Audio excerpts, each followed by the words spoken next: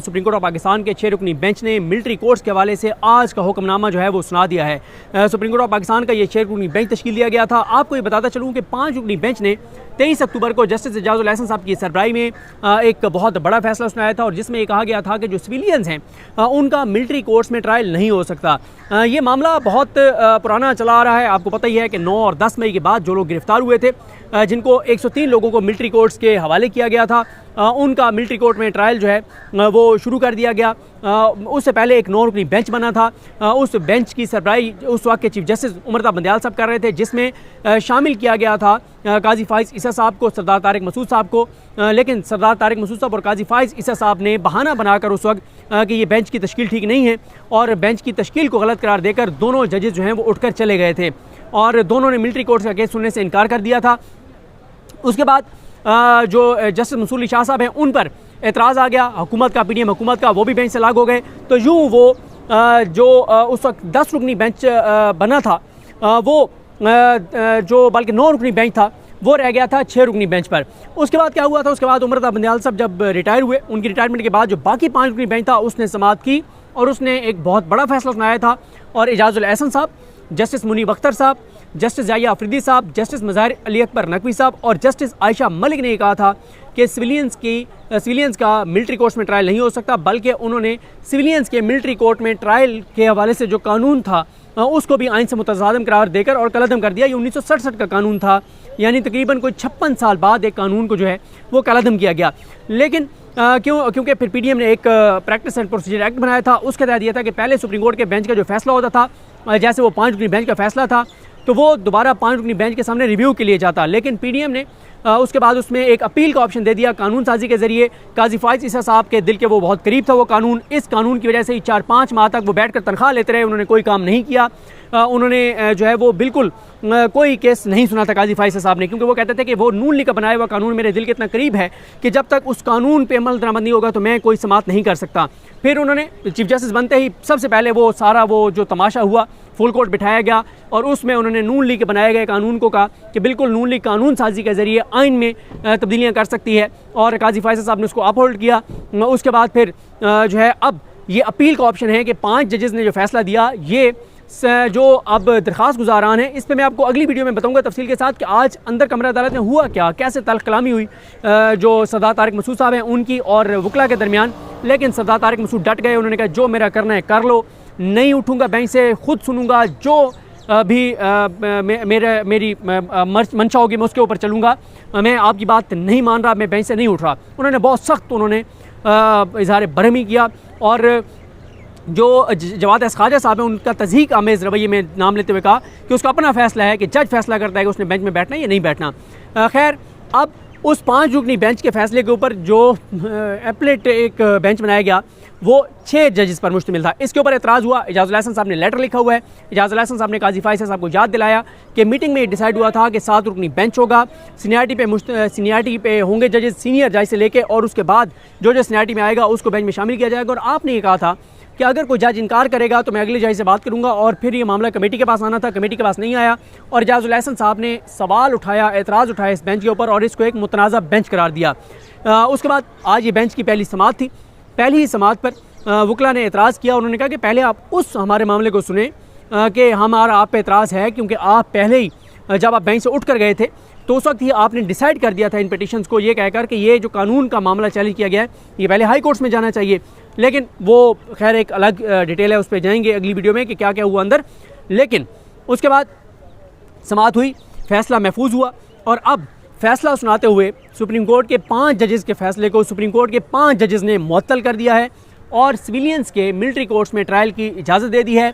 आज से ही military courts में सिविलियंस का ट्रायल जो है वो शुरू हो जाएगा। और आज वकला ने जो है वो बहुत से सवालात उठाए थे बेंच के सामने और वो ये भी चाहते थे कि इस मामले को पहले देखा जाए कि 23 अक्टूबर को सुप्रीम कोर्ट का एक फैसला आता है, आज तक उसके ऊपर इम्प्लीमेंट नहीं हुआ। लेकिन अदालत उस तरफ नहीं गई और जो 6 जजेस थे उनमें से सिर्फ जस्टिस मुसर्रत हिलाली साहबा ने इख्तलाफ किया है। मुसर्रत हिलाली साहबा ने इत्तफाक नहीं किया इस फैसले को मुअत्तल करने से और लेकिन इसमें ये इन्होंने कर दिया है 5 जजेस ने कि आप ट्रायल मुकम्मल करके फ़ैसला नहीं सुनाएंगे। लेकिन इसमें एक बड़ा मसला ये हो गया है कि अटार्नी जनरल पाकिस्तान मंसूर उस्मान अवान ये कह रहे थे कि बहुत से लोग 103-4 लोग जो सिविलियंस हैं मिलिट्री कस्टडी में, उनमें से बहुत से लोग बरी होने वाले हैं, उनको बरी किया जाना है, लेकिन हम नहीं कर पा रहे। तो अब सुप्रीम कोर्ट के 5 जजेस ने ट्रायल मुकम्मल करके फैसला सुनाने से रोक दिया है। तो अब सवाल यह है कि जो लोग बरी होने वाले भी हैं उनको भी रिहा नहीं किया जा सकेगा।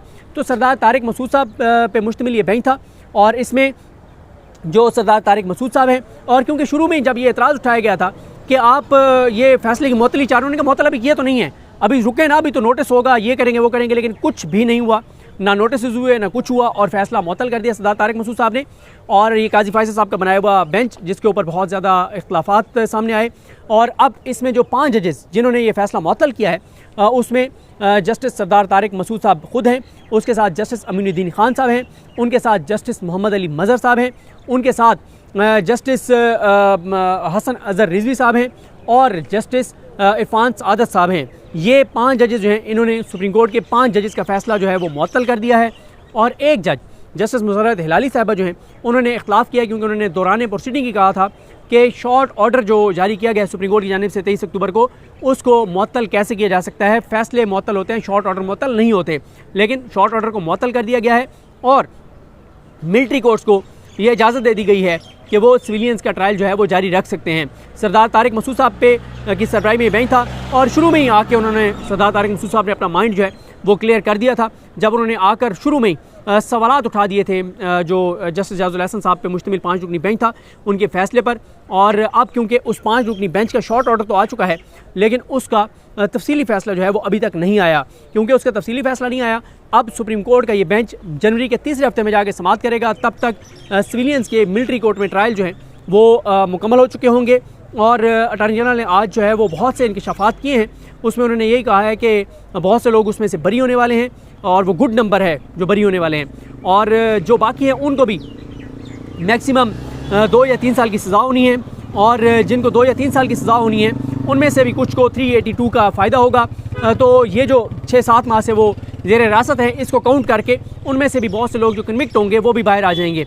और उन्होंने अदालत को बताया कि कोई भी इनमें से जो है वो उसमें आप कहेंगे मेजर पनिशमेंट में नहीं है, और कोई सज़ाए मौत का नहीं है, कोई उम्र कैद का नहीं है। और आज सरदार तारिक मसूद साहब ने इस सारे मामले को जोड़ा जो मुल्क के अंदर दहशतगर्दी हो रही है उसके साथ, कि ये जो दहशतगर्द हमारे जवानों की जानें ले रहे हैं, उनके अगर कोई साथी सिविलियंस हैं तो उनका कैसे ट्रायल होगा, क्योंकि ये तो कानूनी उड़ा दिया है 5 जजेस ने। उन्होंने ये एतराज़ किया सरदार तारिक मसूद साहब ने 5 रुकनी बेंच के फैसले पर। लेकिन सलमान अकरम राजा साहब ने कहा कि आप गलत तौर पर मिला रहे हैं हार्ड कोर दहशतगर्दों को। लतीफ़ खोसा और सलमान अकरम राजा ने कहा कि आप गलत तौर पर हार्ड कोर दहशतगर्दों को इनके साथ मिला रहे हैं, क्योंकि अटॉर्नी जनरल ने भी ये कहा था कि ये हमारे अपने शहरी हैं, लेकिन ये मिसगाइडेड हैं जो 9 मई को मिलिट्री इंस्टॉलेशंस पर गए थे। और इस पर जो सलमान अकरम राजा साहब है, उन्होंने कहा कि हम आपको बताएंगे कि दुनिया भर में दहशतगर्दी को कैसे कानूनी तौर पर डील किया जाता है और यहाँ पर कैसे किया जा रहा है। ये सारे चीज़ें थी, लेकिन अब सुप्रीम कोर्ट ने ये फ़ैसला जो है वो जो महफूज कुछ देर के लिए किया था वो सुनाते हुए सुप्रीम कोर्ट के ही 5 जजेस का फ़ैसला मुअत्तल कर दिया है।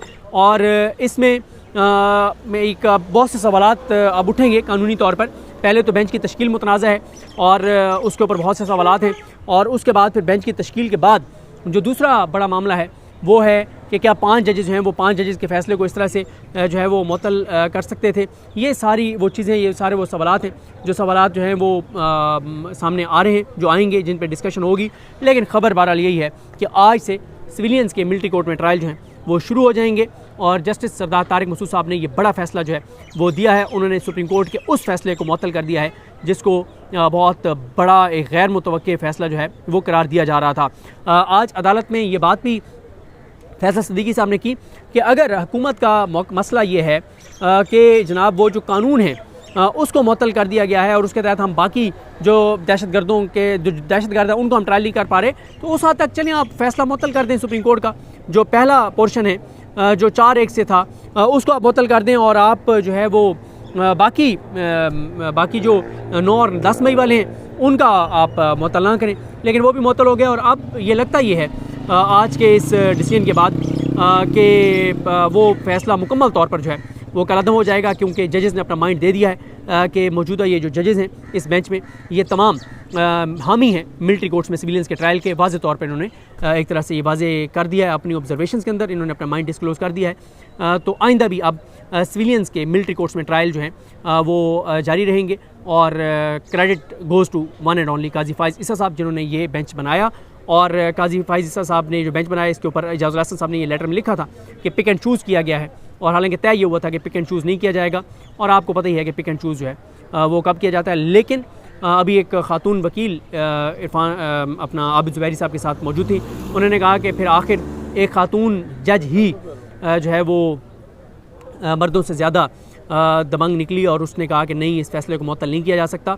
और मर्द जो हैं वो बकौल उन खातून वकील के मर्द हमारे जो जजेज़ हैं वो ख़वातीन वो जजेज़ से कमज़ोर निकले हैं। पहले आयशा मलिक साहिबा ने एक बड़ा फ़ैसला जो है उसमें उन्होंने लीड किया उस सारी चीज़ को, और आज नुसरत हिलाली साहिबा ने ये उस खातून वकील की राय थी। मुझे अपनी दुआ में याद रखें। अलगरीम हम सब कामी नासरुख। अल्लाह हाफ़िज़।